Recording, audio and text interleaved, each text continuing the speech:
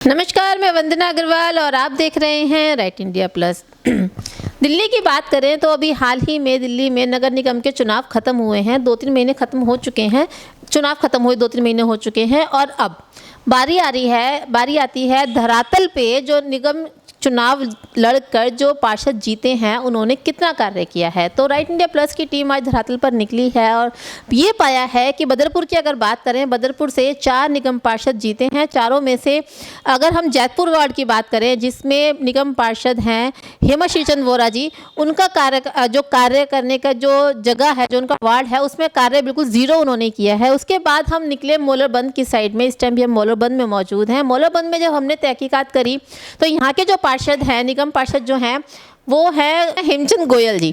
दोनों का नाम एच से है लेकिन काम दोनों ने ही नहीं किया है। तो इस रिगार्डिंग हम बातचीत करने के लिए इस वक्त मोलरबंद में डॉक्टर वीके जैन के साथ मौजूद हैं। डॉक्टर वीके जैन के बारे में बता दें, ये भी आम आदमी पार्टी से ही रिलेट करते हैं, आम आदमी पार्टी के वरिष्ठ नेता हैं। तो आज इनसे ही जानते हैं, जो चुनाव के टाइम पर इन्होंने घूम घूम के गोयल जी का सपोर्ट किया था, लोगों से वोट मांगी थी, तो अब जिस तरह से वो कार्य नहीं कर रहे हैं तो उस पर इनकी क्या प्रतिक्रिया है, इनका क्या कहना है। सर, सबसे पहले स्वागत करती हूँ राइट इंडिया प्लस पे। Thank you. मैं भी आपका जो है यहाँ पधारने पर स्वागत करता हूँ, आपका और आपके चैनल का। जी सर, आपके वार्ड में, आपकी वार्ड की बात करते हैं जिस वार्ड में आपने घूम घूम के चुनावों के टाइम पे लोगों से बहुत रिक्वेस्ट करी थी चुनाव वोट के लिए और लोगों ने आपको सपोर्ट भी किया। आपके जो सपोर्टर थे, जो उस टाइम चुनाव के लिए खड़े थे, गोयल जी, उनको जिताया भी।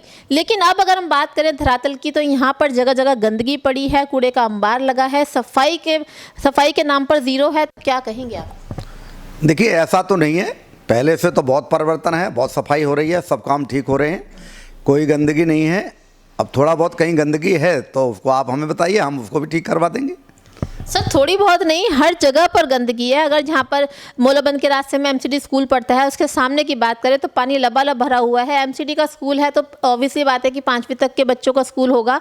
बच्चे बाहर निकलते हैं, सारी ड्रेस उनकी गंदी हो जाती है। सुबह मॉर्निंग में स्कूल जाते हैं, गंदे कपड़ों से जाते हैं, गाड़ी निकलती है तो छींटे पड़ते हैं, लेकिन सफाई के नाम पर ज़ीरो। देखिए, ऐसा है, ये कहना कि सफाई के नाम पे ज़ीरो बिल्कुल गलत है। सफाई हो रही है, मैन हॉलों की सफाई हो रही है, नालियों की सफाई हो रही है। हमने स्वयं जनता से जा कर के पूछा है कि पहले से कैसा फील कर रहे हैं। वो कह रहे हैं पहले से तो सर बहुत बेहतर है। अब रहा इसमें और ज़्यादा अच्छा करने का, तो ये मेयर का चुनाव होने के बाद और ज़्यादा अच्छा बढ़ जाएगा, और अच्छा करेंगे काम। कंट्रोल हमारे हाथ में ज़्यादा आ जाएगा, ज़्यादा बढ़ जाएगा। हेमचंद गोयल जी बहुत अच्छा काम कर रहे हैं। अगर कहीं कोई कमी है तो हम उनसे बात करेंगे, देखेंगे पहले जा कर के। अगर कोई कमी लगेगी तो हम उनसे फ़ोन पे बात कर लेंगे और करवाएंगे। जी सर, चुनाव से पहले की बात करें, जब यहाँ पर बीजेपी के एमसीडी के जो निगम पार्षद थे, तब आप बहुत सारी कमियां बताते थे, ये नहीं किया, वो नहीं किया। अब आप ही के पार्षद जो हैं जीते हुए हैं, वो काम नहीं कर रहे हैं तो आप उनसे बच रहे हैं, उनकी कमियां बताने से? नहीं, ऐसा है, हम कोई बचाव नहीं कर रहे, ना हम बच रहे हैं। बात इस बात की है, 2 महीने की तुलना और आप जो है पूरे 5 साल से करें तो ये नाइंसाफ़ी है। अभी 2 महीने हम लोगों को हुए हैं और उसमें भी हमारा मेयर नहीं है। अभी मेयर कोई भी नहीं है, किसी भी पार्टी का नहीं है, हमारी ही पार्टी का बनेगा। 22 तारीख को बन जाएगा, क्योंकि बहुमत हमारे पास है, पार्टी के पास है। तो उसके बाद काम और ज़्यादा अच्छा हो जाएगा। और वैसे भी काम हो रहे हैं पहले से, तो बहुत अच्छा है। अच्छा ही नहीं, बहुत अच्छा है। लेकिन जो आपको थोड़ी बहुत कमी लग रही है उसको भी दूर करा देंगे, कोई कमी नहीं छोड़ेंगे। जी सर, जब तक टिकट वाली बात नहीं थी, जब चुनाव वाली बात नहीं थी, आप लोगों की बहुत सपोर्ट करते थे, लोगों को बहुत साथ देते, इवन आपने ऑफिस भी खोल रखा था यहाँ पे पब्लिक की सेवा के लिए। लेकिन क्योंकि आपको पार्टी ने टिकट नहीं दी, क्या इसीलिए आपने सारा काम बंद कर दिया, पब्लिक के पहचान पत्र बनाने, पब्लिक को सपोर्ट करना? आखिर क्यों? देखिए, ऐसा कुछ नहीं है।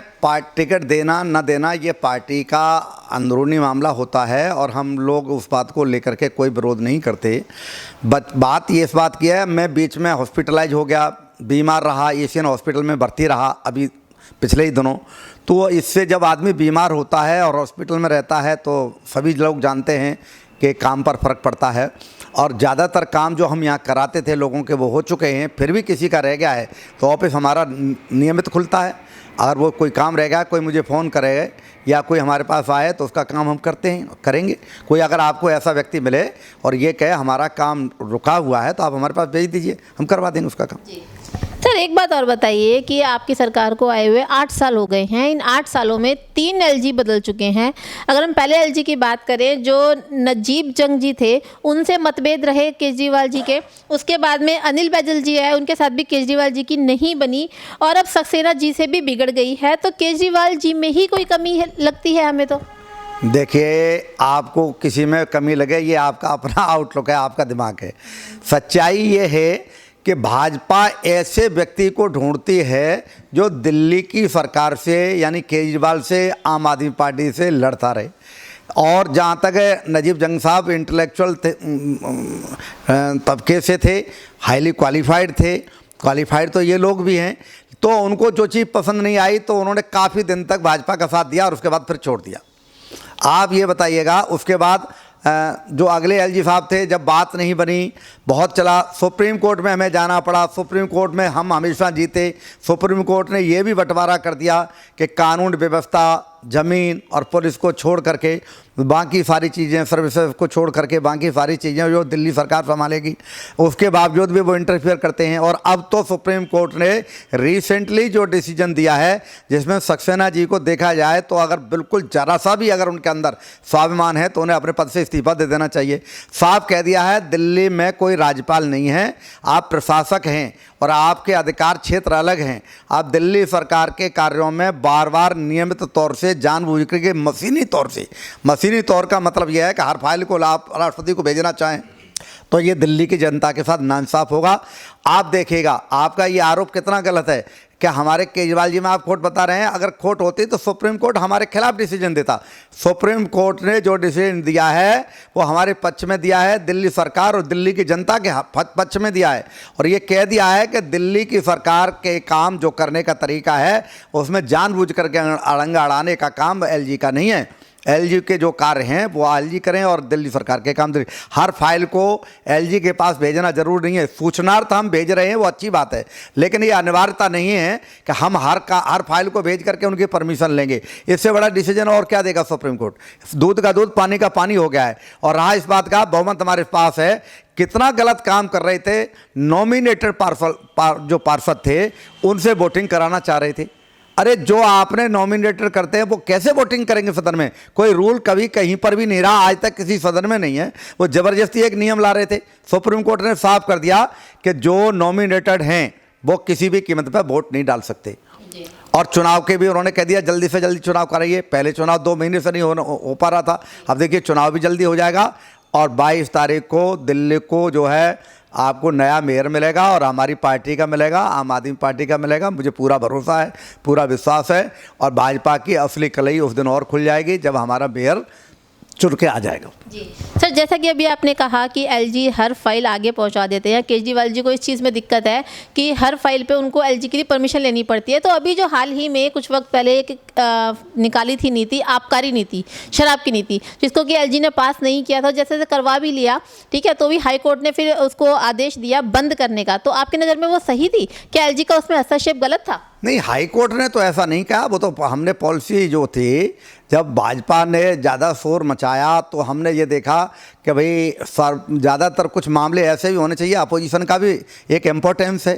भाजपा अपोजिशन में है, उनका भी एक महत्व है। देख लेते हैं कि भाई अगर वो नहीं कह रहे हैं, आजार लगा रहे हैं, आरोप अगर कहीं पर उसमें कोई कमी लग रही है उनको, और अगर जो है ज़्यादा लोग सेटिस्फाइड नहीं हो रहे हैं तो उसको वापस ले लेते हैं। इसलिए उस पॉलिसी को वापस ले लिया। सेम पॉलिसी हमारी पंजाब में है, वहाँ ज़्यादा रेवेन्यू इकट्ठा हो रहा है। पर्पज वही था, रेवेन्यू सरकार पे ज़्यादा है।